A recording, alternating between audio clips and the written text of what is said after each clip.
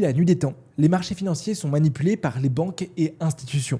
Les marchés financiers sont clairement manipulés. Comment Donald Trump a manipulé les marchés. Barclays, 18e plus grosse banque du monde, Citibank et même JP Morgan gagnent des centaines de millions de dollars à chaque fois qu'ils manipulent le marché. We have executed 21 million shares already.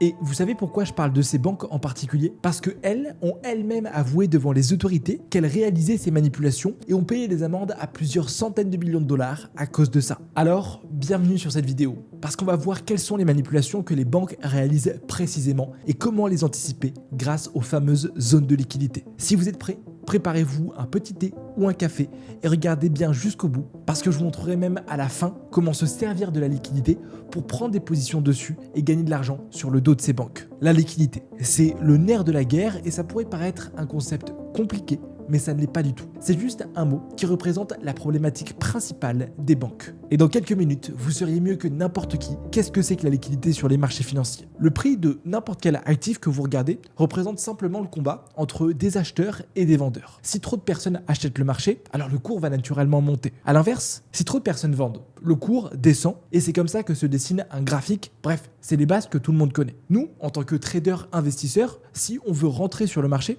par exemple ouvrir un trade ou investir 1000 € sur le Bitcoin, pour que notre ordre de 1000 € soit passé, il faut que quelqu'un fasse l'inverse. Vendre du Bitcoin pour 1000 €. Si quelqu'un achète un actif pour X montant, pour que sa transaction soit validée, il faut que le même montant soit venu de cet actif à l'inverse. Et d'ailleurs, c'est le cas pour réaliser n'importe quelle transaction sur le marché immobilier, sur les marchés financiers. Il faut à chaque fois un acheteur et un vendeur. Maintenant, mettons-nous à la place d'un monstre de la finance. On va prendre l'exemple de BlackRock, qui est le plus gros fonds d'investissement du monde. Quand BlackRock va vouloir se positionner sur un actif, car reprendre l'exemple du Bitcoin, BlackRock, il va pas décider de rentrer avec 1000 €, comme vous et moi. Lui, il veut injecter des centaines de millions sur le marché. Et là, vous vous rendez peut-être compte d'un problème que BlackRock va avoir, que je pense ici, personne a. BlackRock a trop d'argent. Et donc, en face, s'il décide de poser ses millions de dollars en achat sur le marché, il n'y a souvent personne pour exécuter l'ordre. On appelle ça la contrepartie. Dans ce genre de cas, il n'y a pas assez de contrepartie pour vendre ses bitcoins. On dit donc qu'il a un problème de liquidité. Parce qu'il n'y a pas assez de volume sur le marché, le cours n'est pas assez liquide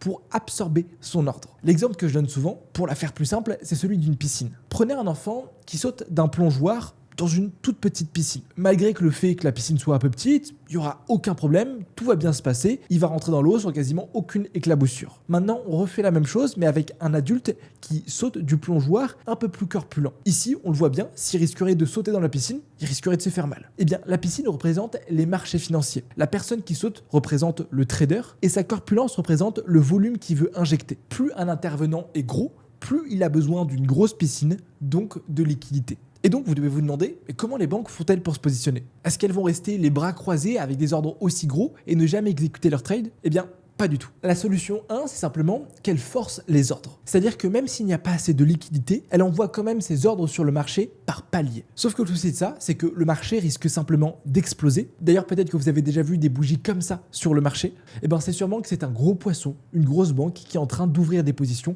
et de forcer le trade.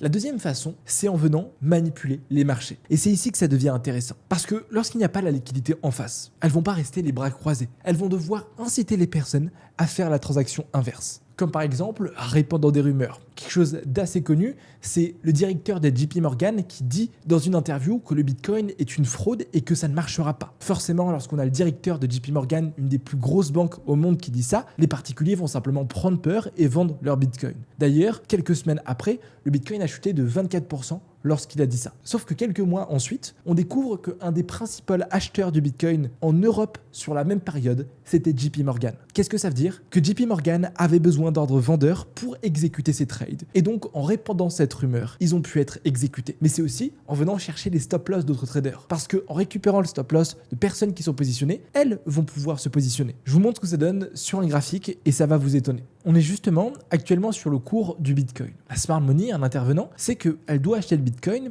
et que actuellement c'est une bonne zone pour se positionner. Sauf que si ici elle décide de rentrer, on risque d'avoir une bougie comme ça sur le marché, elle va se retrouver avec une position pas intéressante. Parce que dans ce genre de bougie, elle ouvre son premier trade ici, son second là, son centième ici et son 200e ici. Ce qui fait qu'elle se retrouve avec un prix moyen d'acquisition sur ce niveau. Bref, c'est pas du tout intéressant et donc ce qu'elle veut trouver, c'est de la liquidité.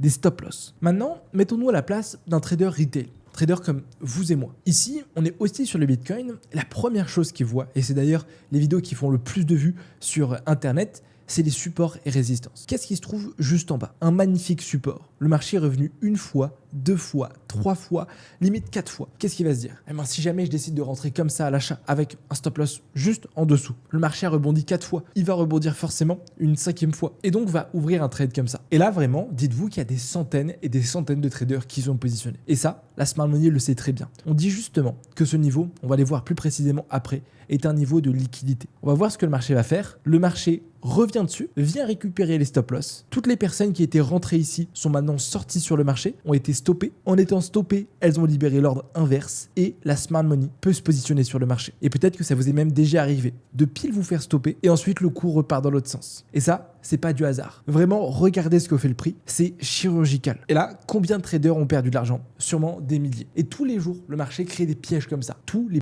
jours. Une phrase dit même, si vous ne comprenez pas la liquidité, vous serez la liquidité. Et on le voit juste après, le cours explose. On dit même parfois que le prix à chaque fois va se déplacer de poche de liquidité en poche de liquidité. Ces zones sont des aimants sur le prix et les anticiper peut vous rendre riche. Ok, super. Casper, j'ai compris pourquoi la liquidité c'est si important. Maintenant, quelles sont les zones que je dois identifier? Eh bien, je vous ai fait juste ici un petit schéma avec les 6 zones de liquidité que tout le monde doit connaître. Premièrement, c'est ce qu'on appelle les highs et les lows de marché. Tous les plus hauts et tous les plus bas sont forcément des endroits où les traders sont rentrés sur des positions. Soit ils ont pris une vente comme ceci, avec un stop loss juste sous le high, soit dans ce cas de figure, rentrer en achat comme ceci, avec un stop loss sur le plus bas. Donc tous ces niveaux sont de la liquidité. C'est pas les niveaux les plus puissants, mais c'est ce qui explique pourquoi des fois, vous allez voir le marché, dès qu'on va venir chercher un plus haut, va directement corriger. Ensuite, on a les equal high et les equal low. Pour un trader retail, ces equal high, c'est une zone de résistance. Le marché est revenu une fois, 2 fois, alors il a soit ouvert une vente comme ça sur le marché, soit se prépare à un achat pour jouer un breakout. Et ça, c'est une des zones que je préfère de liquidité. Nous, dès qu'on verra 2 fois le marché revenir sur un même niveau, sans jamais le casser, à partir de maintenant, on sait que c'est un endroit où il y a des stops et on va s'attendre à ce que le prix soit attiré dessus. Tout simplement que le marché vienne faire ça, le casser et ensuite repartir. On a le scénario inverse. Ici, c'est pas une zone de résistance, mais c'est une zone de support. On a même eu 3 réactions. Beaucoup de traders sont rentrés comme ça en achat. Donc ça, pareil, zone de liquidité. On va s'attendre à ce que le prix vienne être attiré par ce niveau, qu'on vienne récupérer les stop loss, que la Smart Money vienne se positionner pour ensuite que le marché puisse repartir. Et enfin, celle qui vient tout le temps être cassée, c'est ce qu'on appelle les trendlines haussières et baissières. En fait, c'est exactement comme ça, mais c'est pas horizontal, c'est un peu plus vertical. Donc là, une trendline haussière, pareil, j'ai une sorte de mini support avec plusieurs réactions, 1, 2, 3. Beaucoup de traders sont rentrés comme ça en achat, c'est donc des stop loss. Et pour moi, une zone de liquidité. Le marché va être attiré par ce niveau, venir les chercher pour repartir. Et enfin, trendline baissière, même scénario, zone de liquidité. Partez vraiment du fait que ces zones, à chaque fois, vont être des aimants. Le prix va être attiré dessus. Et je vais vous montrer directement ce que ça donne sur les graphiques avec un exemple concret et vous allez être choqué de voir à quel point ça fonctionne. Je suis actuellement sur EURUSD en 5 minutes. Ce concept marche vraiment pour tous les intervalles de temps, pour tous les actifs. Et déjà, il y a quelque chose qui me saute aux yeux maintenant. Regardez ce que je vois juste ici. Une magnifique trendline. Le prix est revenu 1 fois, 2 fois, 3 fois, 4 fois, 5 fois. Je suis quasiment sûr que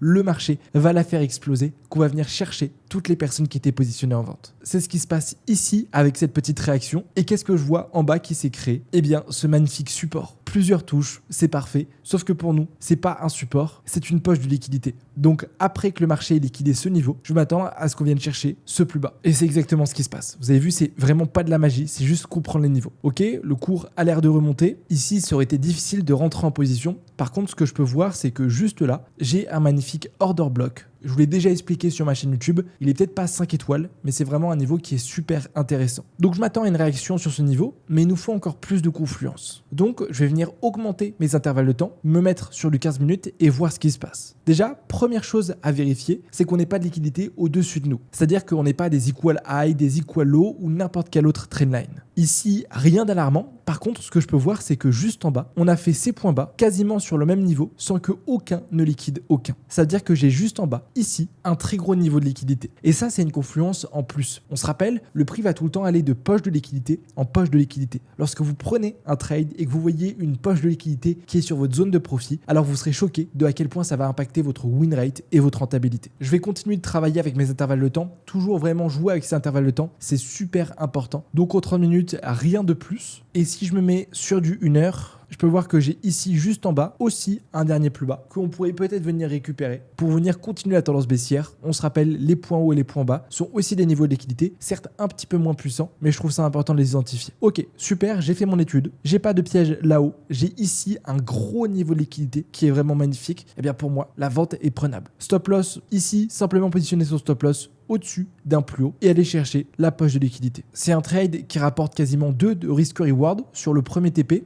On pourrait aller chercher bien sûr beaucoup plus bas comme cette zone de liquidité, mais moi vous le savez, je préfère vraiment faire 1% par jour et surtout pas être trop gourmand. On va voir ce que le prix va faire.